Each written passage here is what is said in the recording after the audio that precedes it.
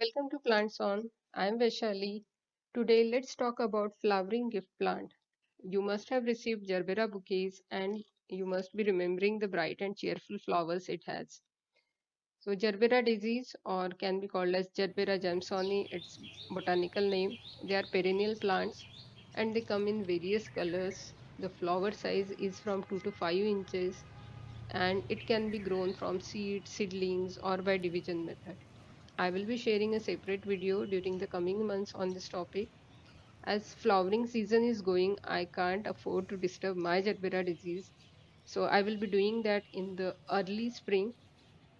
Today I am going to talk about how to plant the new Gerbera plant, the kind of soil it requires, fertilizer, and various pests and diseases which we need to protect the plant from to have the better bloom. So first of all, how to do proper planting. So for that, the first thing is choosing a proper location.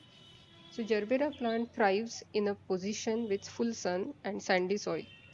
Bright sunshine improves plant growth and the quality of flowers. In summer, this plant need diffuse sunlight. It will not bloom well if you will place it in insufficient light. Like I stay in Delhi NCR as well as in other parts of North India, we have to place it at a position to receive bright sunshine. And for flower initiation, it requires an optimum 20 temperature of 23 degrees centigrade. In the rest of the parts of India, like where there is not such chilled winters are there, you have to protect it from direct and harsh sunlight. Secondly, we have to prepare the soil before planting. So select a soil which is having a pH between 5.5 to 6.5. The soil should be porous. It should be well drained. And this well drained soil is basically required for better root growth as well as if we want to improve the drainage of the soil, we can add sand at the bottom of the container. In the soil, also add organic manure, so it will help to improve its texture as well as it will provide nutrition to the plant. Then, to take care of magnesium deficiency, you can use magnesium sulfate or we call it as Epsom salt.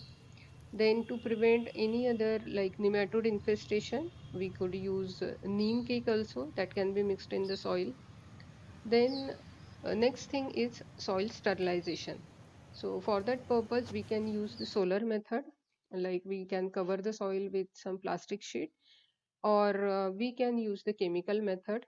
In chemical method, we use hydrogen peroxide with silver, and that is mixed with water in 35 ml per liter quantity, and mix it in the soil and let it rest for 4 to 6 hours.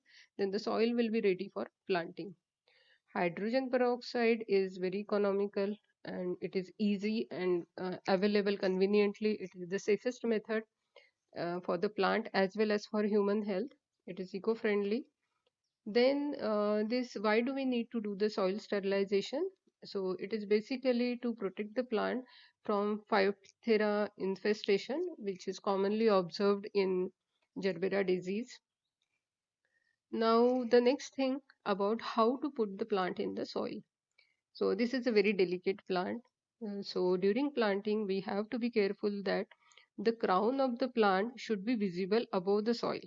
We are not supposed to cover it with soil or the fertilizer which we will be adding in the coming time. And what is crown now? So, it is the part where the root and the stem are united. So, we have to be careful that this part is visible above the soil.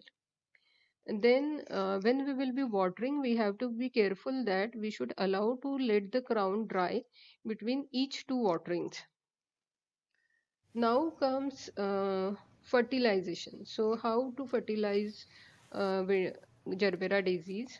So we need to irrigate and fertilize this plant frequently in small quantities so that we could get better results. We can use decomposed organic manure also. We can initially use NPK 20-20-20, or as the flowering will start, we can use 15-8 and 35 ratio of NPK. Now comes the pest and diseases associated with Gerbera disease, which is very important as the plant is quite delicate and it is susceptible to fungal diseases. And for that purpose, to prevent from the fungal attack, we can use the organic sprays like pyrethrum or neem oil. So that will take care of this. Secondly, we should time to time keep on removing old, dry, and infested leaves. We should remove the weed also because they take the nutrients of the plant. And then when we will be watering, so we have to be careful that we should plan our schedule, that watering is done in the morning so that the leaves will get enough time to get dry out during the day. So it will reduce the risk of rot also, and it will protect them from fungal diseases. So I think this is quite beneficial to you all. And with these tips or with these precautions, you could first harvest your Gerbera disease within 75 to 90 days after planting. And I think that with all these challenges of growing the Gerbera disease, uh, it is very challenging, but ultimately getting the wonderful reward is the big and the happy flower bloom. So, with all this, wish you all a happy gardening and best wishes for the coming 2021. And stay tuned with Plants On. Thanks for watching. Take care.